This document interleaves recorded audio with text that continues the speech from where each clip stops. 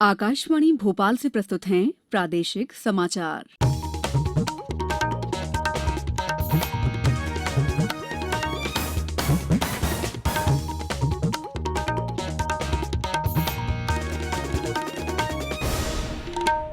नमस्कार, समाचारों के साथ मैं दीपा सिंह। मुख्यमंत्री शिवराज सिंह चौहान ने आज भोपाल के मिंटो हॉल में प्रधानमंत्री किसान सम्मान निधि योजना के तहत किसानों को क्रेडिट कार्ड का वितरण और 0% ब्याज पर 800 करोड़ रुपए की राशि प्रदान की।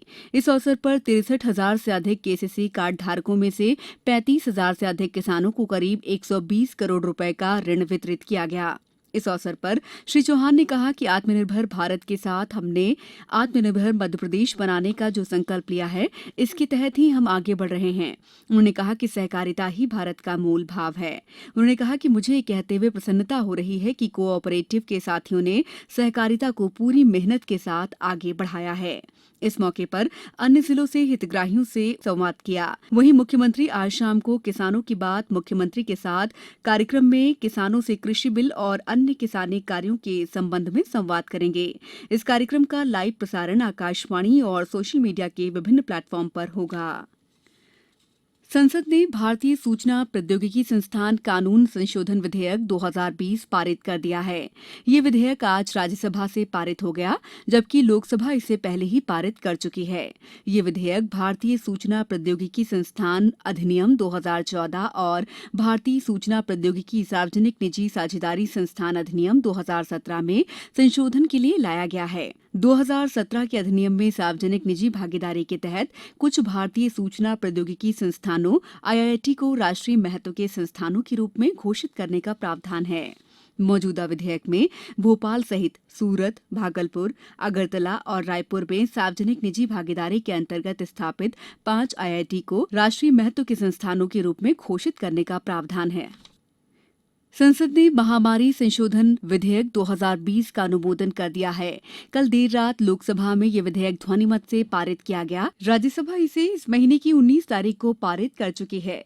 विधेयक के माध्यम से महामारी अधिनियम 1897 में संशोधन किया गया है। इसमें महामारी के निदान से जुड़े स्वास्थ्य कर्मियों को सुरक्षा देने और महामारियों का प्रसार रोकने के लिए केंद्र सरकार की शक्तियों का विस्तार करने का प्रावधान है।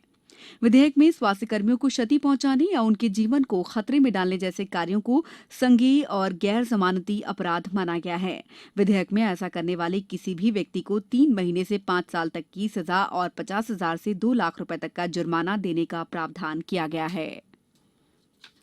प्रदेश में कोरोना के मरीजों के स्वस्थ होने की दर 77.3% तक पहुंच गई है। वहीं राज्य में मृत्यु दर भी घटकर 1.86% पर आ गई है। हालांकि राज्य में कोरोना संक्रमित लोगों की संख्या 1,10,000 के करीब पहुंच गई है। सबसे ज्यादा संक्रमित इंदौर जिले में 446 नए मरीज मिलने से जिले में संक्रमितों की संख्या 20,283 हो गई है।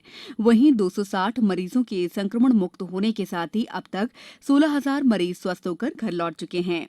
जबलपुर में 225 व्यक्तियों को डिस्चार्ज किया गया। वहीं 249 नए प्रकरण भी सामने आए हैं।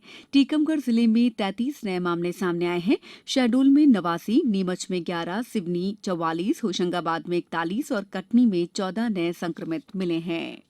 प्रधानमंत्री आवास योजना के तहत शहडोल जिले में भी इस योजना का लाभ मिल रहा है। हमारे संवाददाता ने लाभार्थियों से बात की। मैं ब्रजमोहन साकेत, ग्राम पंचायत चौरी, जनपद पंचायत व्यवहारी, जिला शहडोल का निवासी हूँ। मेरा कच्चा मकान था जो आए दिन बरसात में चूता था, टपकता था, लेकिन प्रधानमंत्री आवास ग्रामीण की जानकारी मुझे लगी। मेरे पंचायत सचिव एवं सरपंच महोदय ने बताया कि हमारा नाम भी प्रधानमंत्री ग्रामीण आवास में है। उस दिन को याद करके, उस दिन को सुन के कि मुझे भी पक्का मकान मिलेगा, यह सुन के बहुत अच्छा लगा। और एक पक्के आवास का जो सपना है, माननीय नरेंद्र मोदी जी, माननीय शिवराज सिंह चौहान जी के योजना के माध्यम से यह सपना साकार हो रहा है। मैं दयाशंकर कोल, ग्राम पंचायत बुड़बा, जनपद पंचायत बिहारी, जिला शहडोल का निवासी हूँ। अभी तक मेरा जीवन यापन ग्रामीण स्तर पर एक कच्चे मकान पर हो रहा था, जिसमें किस प्रकार की समस्याएं पैदा होती हैं, इससे लगभग आम जनमानस सभी लोग परिचित हैं। क्या हुआ कि ग्राम प्रतिनिधि एवं सचिव के द्वारा ये जानकारी मिली कि हमें भी पक्का मकान मिल सकता है जिसमें हमारा नाम है, तो फिर उसके बाद हमें पक्का मकान मिला और उसमें अब हम रह रहे हैं। अब कुछ समाचार संक्षेप में।